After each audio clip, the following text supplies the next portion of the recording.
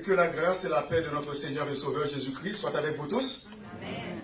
Nous bénissons le nom de notre Seigneur Jésus-Christ, lui qui nous a permis d'être ici aujourd'hui et pour l'adorer dimanche après dimanche. C'est un grand privilège, c'est une grande bénédiction parce que c'est ce qu'il nous dit dans sa parole. Et dans le psaume 122, David a pu dire sous l'inspiration du Saint-Esprit, je suis dans la joie quand on me dit allons à la maison de l'Éternel. Dans Actes chapitre 2, à partir du verset 41, il est dit, ceux qui acceptèrent sa parole furent baptisés, et en ce jour-là, le nombre des disciples s'augmenta d'environ 3000 âmes. Ils persévéraient dans l'enseignement des apôtres, dans la communion fraternelle, dans la fraction du pain et dans les prières. Il y a 4 éléments ici qui sont très significatifs.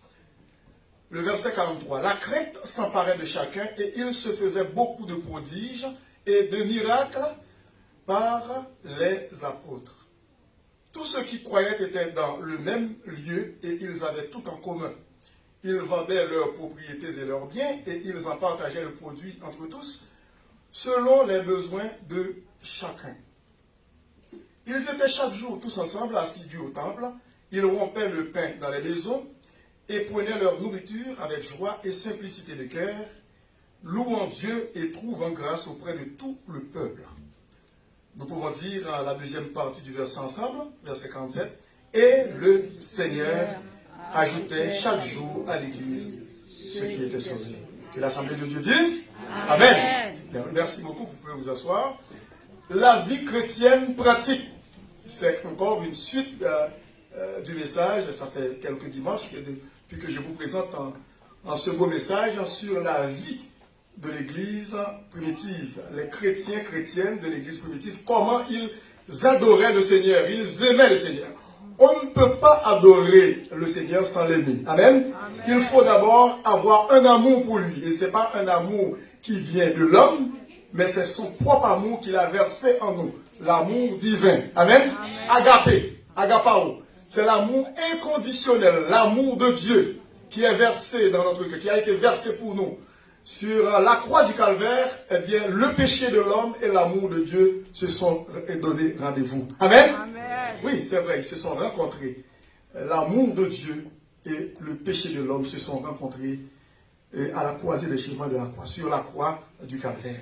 Et c'est pour cette raison que lorsque les premiers chrétiens ont prêché l'évangile, qui veut dire que le jour de la Pentecôte, lorsque l'Esprit de Dieu est tombé sur la première église, sur les premiers chrétiens, l'apôtre Pierre, lui, sous l'inspiration du Saint-Esprit, a commencé à prêcher la bonne nouvelle de l'évangile. Eh bien, il y avait pas mal de juifs en ce temps-là, à cette époque, qui étaient venus, qui étaient allés à Jérusalem. Pourquoi? C'était pour assister à la grande fête de la Pentecôte. C'était comme ça. Qui veut dire les juifs de la diaspora. Et soit dit en passant, et le mot diaspora veut dire en grec dispersé ou dispersion. C'était appliqué tout d'abord pour les juifs. Vous et moi maintenant, nous prenons ce thème, nous sommes de la diaspora. Mais d'abord et avant tout, c'était pour les juifs. Ils étaient dispersés aux 4 vents, sur les 4 coins du monde. Alors ils étaient dans la dispersion. Ces juifs étaient un peu partout sur la planète, et bien finalement, alors peut-être pas en Amérique encore, mais dans l'Europe, en Afrique, eh bien, et ces juifs, finalement, se sont décidés pour retourner chaque année à Jérusalem pour fêter la Pentecôte. Il y en a aussi qui étaient allés pour la Pâque, mais c'était beaucoup plus pour la Pentecôte en ce jour-là. Dieu, en tant que le Dieu omniscient, savait, et il préparait tout cela dans son plan éternel, dans son dessein éternel, que des multitudes de juifs viendraient, eh bien, à Jérusalem pour la Pentecôte. Il a fait en sorte que le Saint-Esprit puisse tomber sur les disciples. Amen. Amen. Pour recevoir le message de l'évangile, le message libérateur, qui affranchit l'homme du péché, qui l'émancipe entièrement, et pour être avec lui jour la gloire. Et à partir du verset 37, parce qu'il y a pas mal de choses qui ont été rapportées par Luc, qui est l'auteur même de Actes. Le chapitre 2, verset 1er dit, le jour de la Pentecôte, ils étaient tous ensemble dans le même lieu. Tout à coup, il vint du ciel un bruit comme celui d'un vent impétueux et il remplit toute la maison où ils étaient assis. Des langues semblables à des langues de feu leur apparurent, séparées les unes des autres, et se posèrent sur chacun d'eux. Et ils furent tous remplis du Saint-Esprit, et se mirent à parler en d'autres langues, selon que l'Esprit leur donnait de s'exprimer. Alors il faut bien comprendre quelle langue qu'ils parlaient. Il ne s'agissait pas des langues inintelligibles, incompréhensibles, et du jargon, mais plutôt des langues parlées de l'époque. Et c'est pour cette raison que je veux attirer votre attention pour voir quels étaient les gens qui étaient à l'époque, qui écoutaient ces messages dans leur propre langue. Il est dit au verset 5, « Or, il y avait un séjour, en visite, à Jérusalem, des Juifs, hommes pieux, de toutes les nations qui sont sur le ciel. » Ce que je viens de vous dire. Au bruit qui eut lieu, la multitude accourut et elle fut confondue parce que chacun les entendait parler dans sa propre langue. Des Juifs qui sont nés de leurs parents juifs, mais dans d'autres pays, comme des Haïtiens, comme des Espagnols qui sont venus, qui ont laissé leur pays et puis ils ont donné naissance au Canada. Alors c'est comme ça, leurs enfants parlent le français et puis d'autres langues, comme ça. Mais leurs enfants quand même parlent leur langue maternelle espagnole. Arrivés dans leur pays, ils ont entendu vraiment exactement dans la bouche de ses disciples le message de l'évangile. Alors, ici on dit au verset 5, « Or, il y avait en séjour à Jérusalem des Juifs, hommes pieux de toutes les nations qui sont sous le ciel. Au bruit qui eut lieu, la multitude accourut et elle fut confondue parce que chacun les entendait parler dans sa propre langue. » Ils étaient étonnés. Ils étaient tous dans l'étonnement et la surprise et ils se disaient les uns aux autres, « Voici, ces gens qui parlent ne sont-ils pas tous galiléens? Des gens qui viennent du nord d'Israël? » Et qui veut dire des gens qui n'étaient pas trop instruits dans le nord, et puis dans Galilée, ce n'était pas une région qui était favorable à l'instruction, c'était plus des agitateurs dangereux, des éléments gênants pour les Romains, à l'époque qui s'installaient en Israël, en Palestine. Et on dit, ils étaient tous dans l'étonnement, et ils se disaient, mais voici, ces gens qui parlent ne sont-ils pas tous galiléens? Et comment les entendons-nous dans notre propre langue maternelle, propre langue à chacun dans notre langue maternelle. Maintenant, il commence à décrire les régions de qui lui dit d'où ils sont sortis pour aller en Israël. Parthes, Mèdes, la Médicis, c'est Mèdes, Élamites, ceux qui habitent la Mésopotamie. Alors, Mésopotamie, c'est Babylone parce que ce nom a été baptisé, a été donné par Alexandre le Grand à l'époque. C'était un grand conquérant de la terre à l'époque, le bassin de la Méditerranée. Et puis, lui était un grec, Alexandre le Grand, il est mort tout jeune, peut-être dans la trentaine, je pense. Et puis, il a donné ce nom de Babylone, Messos-Potamos, Messos, qui signifie en milieu, Potamos, qui signifie pays. Qu'est-ce que ça veut dire? Pays au milieu des fleuves. Pays entre deux fleuves, le fleuve de l'Euphrate et le Tigre. Et lorsque nous regardons de près dans la Bible, ce pays qui s'appelait Babylone, et puis Mésopotamie par les Grecs, Alexandre, et avait beaucoup de noms, aussi d'autres noms tels que Padam Aram, Ur, et Abraham est né, et Ur en Chaldée, et aussi avec nous plus près l'Irak. Alors ici il dit, eh bien, habite la Mésopotamie, la Judée c'est en Israël, c'est dans le sud d'Israël, qui veut dire à Jérusalem et aux alentours, la Judée, la Cappadoce, une autre région encore, le pont, l'Asie, la Phrygie, la Pamphylie, l'Égypte, le territoire de la Libye voisine de Cyrène. Vous voyez, tous ces territoires les Juifs étaient dispersés, c'était des Juifs de la diaspora de ces régions. Et ceux qui sont venus de Rome, même Rome, sont venus de Rome, en Italie, Juifs et prosélytes, pour venir à la fête de la Pentecôte, Crétois, d'autres encore, et Arabes. Comment les entendons-nous parler dans nos langues des merveilles de Dieu? Amen. Alléluia. Mais oui, nul n'est exempt d'entendre le message de l'évangile, le message libérateur dans sa propre langue, parce que Dieu est grand, il est tout puissant, il peut faire ce qu'il veut. Et d'ailleurs, c'est lui qui a confondu les langues à cause de la rébellion de l'homme à la tour de Babel, vous vous souvenez? Qui veut dire autrement, on parlerait la même langue. On, comment dirais-je, là, se casserait la tête pour entendre l'espagnol, l'anglais, puis le chinois, l'arabe, et puis tout ça, catalan, ou comment dirais-je là. Non. Mais le problème, c'est à cause de la désobéissance de l'homme, finalement, Dieu, parce que l'homme voulait défier Dieu à la tour de Babel. Il voulait construire une tour et pour toucher le ciel. Quelle absurdité! Et puis, pour dominer le monde. Dieu, eh bien, Dieu a confondu. Écoute, la parole de Dieu a dit ça dans Genèse. Il dit que nul ou personne ne pourrait arrêter cette entreprise si ce n'est pas Dieu lui-même qui a. Parce que l'homme était tellement méchant, rempli de, comment dirais-je, de mauvais esprits de Satan, il voulait poursuivre, pas pour toucher de toute façon le ciel, mais quand même pour aller loin. Parce que si vous regardez les gratte-ciel, hein, vous voyez, il y a de l'orgueil là-dedans. Il y a toujours ça. Un pays bâtit une tour, un autre plus haut, un autre encore plus haut. C'est la compétition. Et de même que le diable voulait aller plus haut, Dieu l'a chassé. Mais l'homme veut hériter le diable, c'est toujours comme ça. Alors on dit que Crétois et Arabes, comment les entendons-nous parler dans nos langues des merveilles de Dieu? Ils étaient tous dans l'étonnement et ne sachant que penser, ils se disaient les uns aux autres, ah, que veut dire ceci? Mais d'autres se moquaient. Ils se moquaient des Juifs qui parlaient, les disciples de Jésus-Christ qui prêchaient l'évangile, et disaient, ils sont pleins de vin doux. Ils ont bu beaucoup. Bon, c'est alors que Pierre, lui, à partir du verset 14, commençait à prêcher l'évangile. Alors Pierre, se présentant avec les 11, éleva la voix et leur parla en ces termes. Hommes juifs et vous tous qui séjournez à Jérusalem, sachez ceci et prêtez l'oreille à mes paroles. Ces gens ne sont pas ivres.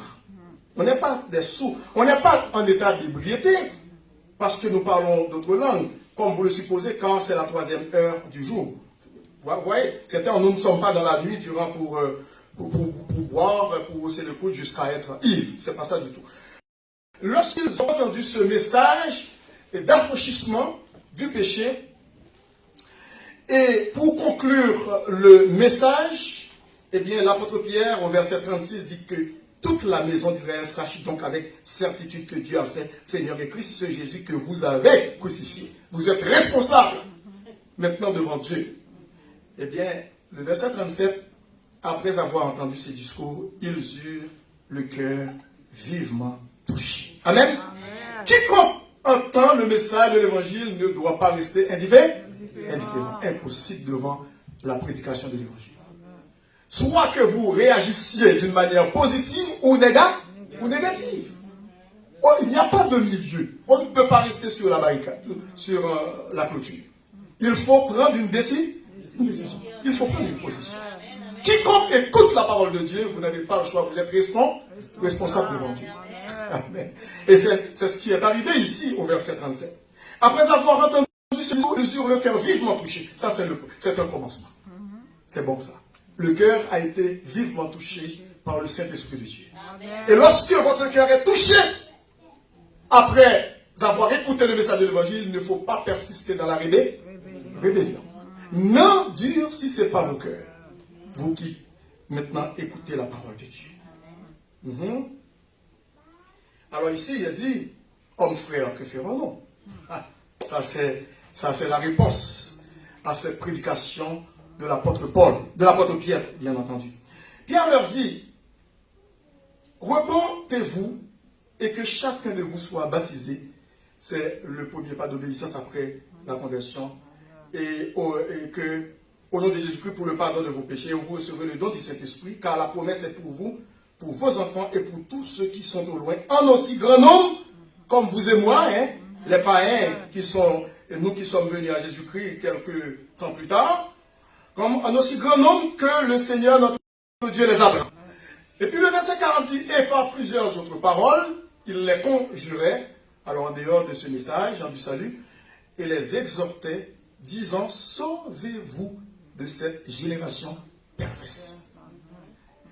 Aujourd'hui, il y a l'urgence de se sauver de cette génération perverse et corrompue. Vous voyez qu'est-ce qui se passe dans le monde présentement? Les gens prennent le bien pour le mal pour le bien. C'est ce que la parole de Dieu nous dit. C'est la prophétie qui nous l'a dit. Il dit que pour les hommes diront bien pour ce qui est mauvais et mauvais pour ce qui est bien. C'est ce que nous voyons ici présentement. Le verset 41. Ceux qui acceptèrent sa parole. Voilà le résultat d'une campagne d'évangélisation, une grande croisade d'évangélisation. Et c'est la première campagne qui a vu naissance à 3000 conversions. Amen. 3000 personnes. Parce qu'ici, il a dit, ceux qui acceptèrent sa parole furent baptisés. Et en ce jour-là, le nombre des disciples s'augmenta à combien? D'environ 3000. 3000 âmes. Le prix d'une âme est inestimable. On ne peut pas estimer le prix d'une âme. On ne peut pas donner un échange qui veut dire quelque chose à votre âme. Parce que votre âme est beaucoup plus précieuse que tous les biens qu'on peut posséder ici-bas sur cette terre. C'est pour cette raison que Jésus-Christ avait dit que sert-il à un homme de gagner l'univers tout entier, le monde tout entier, s'il perd son âme? Qu'est-ce qu'on peut donner en échange à son âme? Rien. On peut devenir millionnaire, multimillionnaire, milliardaire, multimilliardaire. Mais ça ne coûte rien devant l'âme de pécheur. L'âme a beaucoup plus de valeur parce que Jésus-Christ n'est pas venu sauver les millionnaires pour avoir des millions dans le ciel ou des milliards, mais c'est l'âme. Amen. C'est l'âme. Nous avons besoin de l'argent. Gloire à Dieu, c'est vrai. Ce n'est pas un démon pour autant. Mais c'est lorsque nous faisons l'argent d'entre eux-mêmes. C'est là qu'il y a un problème. Est-ce que vous êtes là? Oui. L'argent n'est pas mauvais en soi. La richesse n'est pas mauvaise en soi. Mais lorsqu'on donne la priorité, la première place à ces choses-là, à ce moment-là, nous sommes en train de servir mammon, en hébreu qui signifie l'argent ou le matériel. Nous devons des matérialistes. Amen. Au lieu d'être spirituels, nous devenons des matérialistes. Et c'est pour cette raison que nous devons donner la première place à Dieu. Et c'est Matthieu chapitre 6 verset 33, il dit cherchez premièrement le royaume et la justice de Dieu. Toutes les autres choses nous seront données par-dessus. Par-dessus quoi? Toutes les autres choses. Amen. Gloire à Dieu. Gloire à Dieu. Alors, ici, le verset 42 nous explique la vie chrétienne pratique de ces premiers chrétiens, qui veut dire ces gens qui ont accepté Jésus-Christ comme leur sauveur Seigneur personnel, ils ont compris par le Saint-Esprit de Dieu, eh bien qu'ils doivent servir le Seigneur dans la persévérance. C'est ça qui est important. Lorsqu'on est arrivé au Seigneur, il faut continuer notre marche. Il y a un cantique qui dit, la chorale avait l'habitude de chanter, poursuivons notre course avec persévérance. Et que rien ici-bas n'entrave notre ardeur. Déjà, paraît le but au sublime espérance. Amen. Il persévérait dans l'enseignement des apôtres. Dans l'enseignement. La persévérance, c'est la continuité. C'est la ténacité. Est-ce que vous êtes là? On est tenace. Il y a la constance. C'est l'endurance aussi. L'épreuve vient avec aussi. Parce qu'on est là, on est là. Au prix de grands sacrifices, nous sommes exposés jour après jour aux dangers, aux épreuves, des moments difficiles qui se font sentir dans notre vie, les vicissitudes de la vie qui nous frappent parfois, les affres de la vie. Nous sommes aux prises avec toutes ces choses-là. Mais nous sommes toujours plus que vainqueurs par celui qui nous fortifie. Parce que Philippiens 4,13 dit, je puis tout par celui qui nous fortifie. C'est ce que la parole de Dieu nous dit. Il persévérait dans l'enseignement des apôtres. 4 éléments qui font vraiment la valeur de l'église primitive. La persévérance dans l'enseignement des apôtres. Deuxièmement, dans la communion fraternelle, c'est-à-dire la persévérance dans la communion fraternelle, pas seulement dans l'enseignement de la parole de Dieu, mais dans la communion fraternelle. Comme les Espagnols viennent de dire, et Pastora Elda, et puis Frère Gilberto, et notre soeur qui a traduit, alors qui ont dit que mais il n'y a pas de couleur, il n'y a pas de race devant Dieu. Amen. Il n'y a pas de sexe non plus, et qui veut dire masculin et féminin pour venir. Il n'y en a pas quelqu'un qui est beaucoup plus élevé, plus haut placé que d'autres. En Jésus-Christ, nous sommes tous un en Jésus. C'est ce qui fait la différence. Vous savez? C'est ce qui fait la différence parce que nous sommes tous un en Jésus-Christ. Il persévérait dans l'enseignement des apôtres, de la communion fraternelle. Ce n'est pas n'importe quelle communion. Koinonia, en grec, signifie une communion véritable, authentique. Amen. Écoute, là où il y a une vraie communion, il y a des chrétiens authentiques. Mais oui, là où il y a communion authentique, il y a des chrétiens authentiques. On ne peut pas donner ce qu'on n'a pas.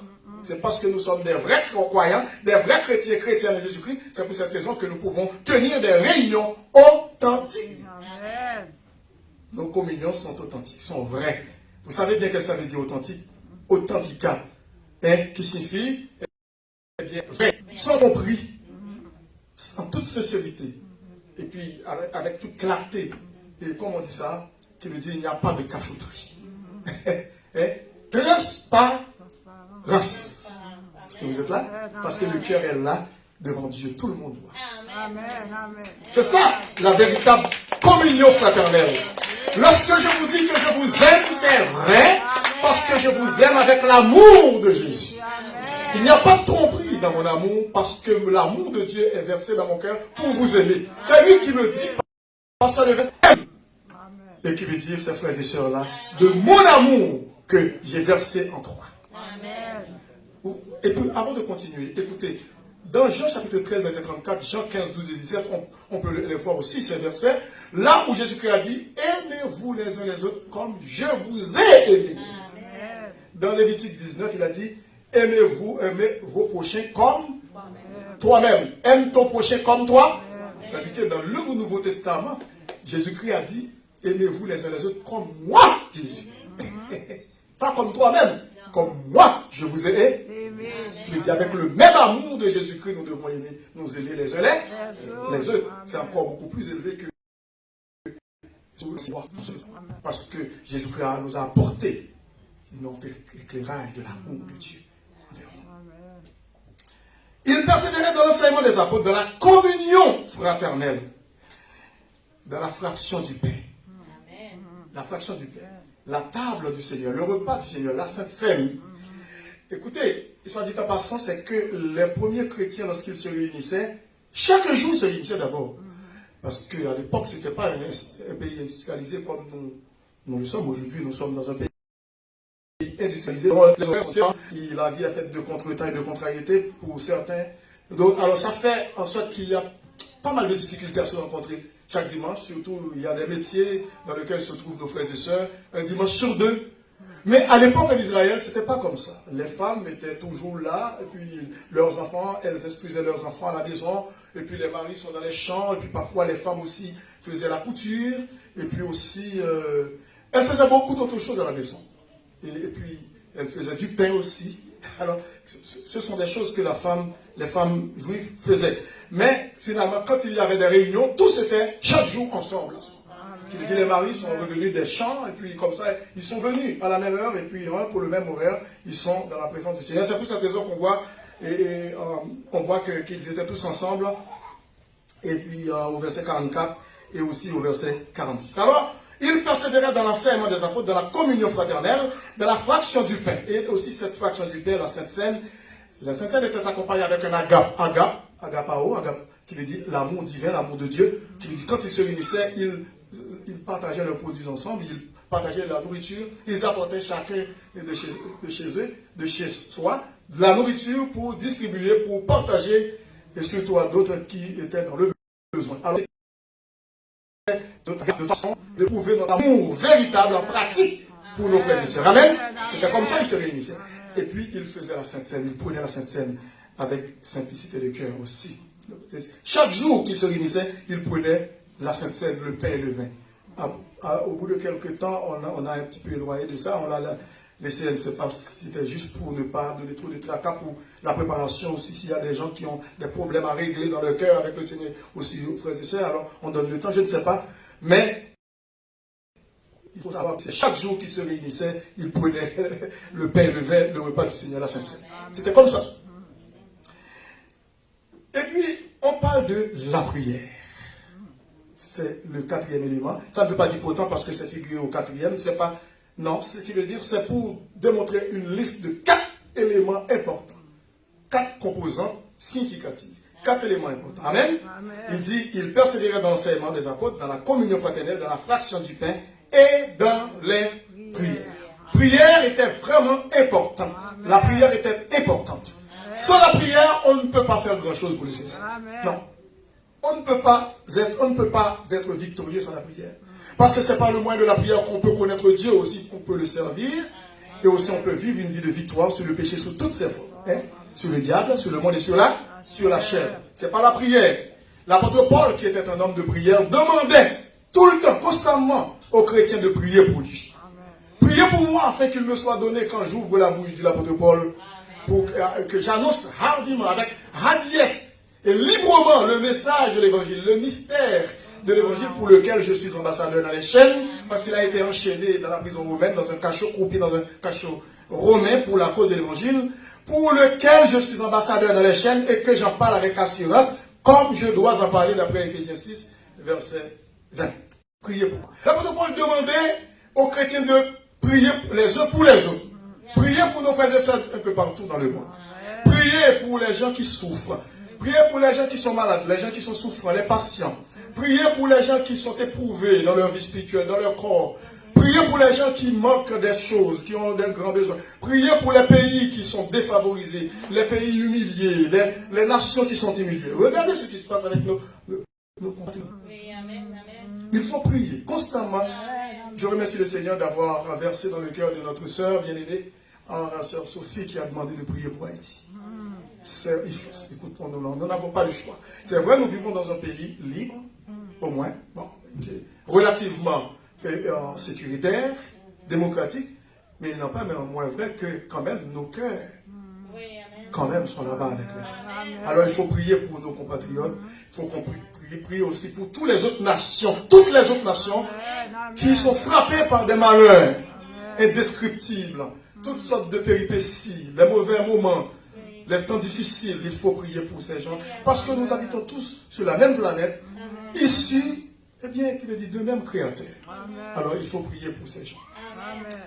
Et lorsque nous regardons, avant de terminer, lorsque nous regardons les miracles qui s'opéraient dans la vie des chrétiens de l'église primitive, parce que ces gens avaient bien compris, après la réception du salut en Jésus-Christ, qu'ils devaient persévérer à tout prix dans l'enseignement de la parole de Dieu, dans la communion fraternelle, dans la fraction du pain, dans les prières. Dieu a fait en sorte que ces chrétiens puissent éprouver de la crainte. La crainte vient après cela. On ne peut pas expérimenter la grâce de Dieu, avoir la crainte de Dieu sans passer par ces moments. Et qui veut dire, c'est sans vraiment mettre en pratique ces points-là. Qui veut dire la persévérance dans la parole de Dieu, dans l'enseignement de sa parole, la communion fraternelle, persévérance dans la fraction du pain et aussi dans la prière. Quand nous persévérons dans ces 4 points, eh bien, il y a ce qu'on appelle la crainte de Dieu. Nous avons la crainte de Dieu. Nous connaissons Dieu, nous l'aimons, nous avons la crainte de lui. Et cette crainte de Dieu nous aide à mieux aimer Dieu et aussi à mieux le respecter pour qui il est, pour ce qu'il fait. Amen. Et c'est pour cette raison que le verset 43 dit la crainte s'emparait de chacun. Et qu'est-ce qui vient avec la crainte de Dieu? Miracle, prodige. Écoutez, et il se faisait beaucoup de prodiges et de miracles par les apôtres. Les miracles ne pouvaient pas avoir lieu sans avoir à persévérer dans l'enseignement, sans la persévérance dans la parole, sans la prière. Avec ces 4 éléments, il y a la crainte de Dieu et aussi les miracles. Est-ce que vous voulez avoir des miracles? Eh bien, commençons par le verset 42. Le verset 42 va déboucher sur les miracles. Parce que c'est ce qui a eu lieu avec l'église primitive. Tous ceux qui croyaient étaient dans le même lieu et ils avaient tout en commun. Il n'y avait pas des gens qui sautaient la réunion pour rien là. Il y avait des excuses qui m'écoutent là, qui n'étaient pas. Il n'y a pas d'excuses pour ça. Et parfois, il y a des cas de force majeure, mais quand on a la crainte de Dieu, on ne saute pas réunion pour rien. La crainte de Dieu nous faire comprendre, même si pasteur Level ne sait pas, même si sœur Intel ou frère Intel ne savent pas, eh bien, Dieu voit comment je suis dans ma marche spirituelle. Est-ce que je l'aime vraiment? Est-ce que je suis sincère avec Dieu? Comme le psaume 145, verset 18 et 19 dit que, eh bien, l'Éternel est près de tous ceux qui l'invoquent. De tous ceux qui l'invoquent avec sincérité. Il accomplit les désirs, les miracles, les prodiges dans la vie de ses enfants. Il accomplit les désirs de ceux qui le craignent. Il rend leur cri et il les sauve. Sauve de toute leur détresse. L'ange de l'Éternel campe autour de ceux qui le craignent. Amen. Et il les arrache au danger. L'ange de l'Éternel campe autour. Craignez l'Éternel, vous êtes saints, car rien ne manque à ceux qui le craignent. Le psaume 34. Les lionceaux, les petits des lions, les lionceaux éprouvent la disette et la faim. Ah, s'il y a un animal qui ne peut pas éprouver de la faim parce que c'est le roi des animaux, le lion, il est prêt à tout faire, à déchirer tous les animaux pour manger. Alors que la Bible dit, les lionceaux, les petits des lions éprouvent la disette et la faim. Mais ceux qui cherchent l'Éternel ne sont privés d'aucun bien. Aucun. Et puis, David, le psalmiste dit, le psaume 34, venez mes fils, venez mes filles, écoutez-moi, je vous enseignerai quoi? La pratique. Ils étaient chaque jour, tous ensemble, assidus au temple. Il y avait des besoins qui étaient comblés au verset 45. Les gens partageaient leurs produits avec les autres. Lorsqu'il y a des spéciaux dans les magasins, dans les markets, il ne faut pas, comment dirais-je, garder ça pour vous. Il faut dire à vos frères et sœurs, et il y a un spécial, il faut aller acheter. Et non pas, écoute, on ne dit rien là. On garde. C'est pas pour nous les maquettes. c'est pas pour nous. Et puis le verset 46 dit, ils étaient chaque jour tous ensemble assidus au temple. On va terminer. Ils étaient chaque jour tous ensemble assidus au temple. Ils rompaient le pain dans les maisons. Agape, la communion fraternelle. Et prenaient leur nourriture avec joie. Vous voyez la joie du salut. Et simplicité de cœur. Louant Dieu et trouvant grâce auprès de tout le peuple. De tout le peuple. Qu'est-ce qui arrive au verset 47? Eh bien, la deuxième partie du verset 47 que vous avez lu avec moi, et qui veut dire 47b. Et le Seigneur, c'est lui qui est l'agent de tout ça. C'est lui qui fait prospérer, grandir son œuvre. C'est lui qui ajoute. Amen. Est-ce que vous êtes content que c'est Dieu qui ajoute? Parce que si c'est moi qui ajoute, si c'est vous qui ajoutez, à ce moment-là, il y a un problème. Mais c'est Dieu qui ajoute. Amen. Il dit, et le Seigneur ajoutait chaque jour. Les amis, j'aimerais ça. À chaque fois que je réunis ici, qu'il y a des âmes qui viennent dans la conversion. J'aimerais ça. Il dit, et le Seigneur ajoutait chaque jour à l'église ceux qui étaient sauvés. Amen. Amen. Ceux qui étaient sauvés. Amen. Le salut est pour tous les gens qui reconnaissent leur culpabilité, leur péché devant Dieu, qu'ils viennent au pied de la croix, qu'ils reçoivent par la foi Jésus-Christ dans leur cœur comme leur sauveur et Seigneur personnel. Comme ça, vous pouvez être sauvés. Amen. Amen. Eh bien, il peut dans la parole, la fraction du pain, dans la prière, dans la communion fraternelle. Est-ce que vous voulez faire de même comme l'église primitive? Que l'Assemblée de Dieu dise? Amen. Merci. Maintenant, je vais prier pour les gens qui nous écoutent. Sur les réseaux sociaux, ici, il y a quelqu'un ici ou quelques-uns qui ne connaissent pas le Seigneur. Vous êtes prêts à faire cette prière avec moi pour la réception du salut en Jésus-Christ. Père céleste, je reconnais que je suis pécheur. Je viens d'écouter ta parole. Je viens d'apprendre que Jésus-Christ est mort pour moi sur la croix. Merci pour son sang qu'il a versé pour moi. Je vivais dans la rébellion envers toi. Maintenant, je veux recevoir Jésus-Christ comme mon sauveur et Seigneur personnel. Jésus, entre dans ma vie, dans mon cœur. Fais de moi ton enfant par ton Saint-Esprit, un enfant de Dieu pour l'éternité. Je te prie ainsi dans le nom de ton Fils Jésus, Père Saint. Amen.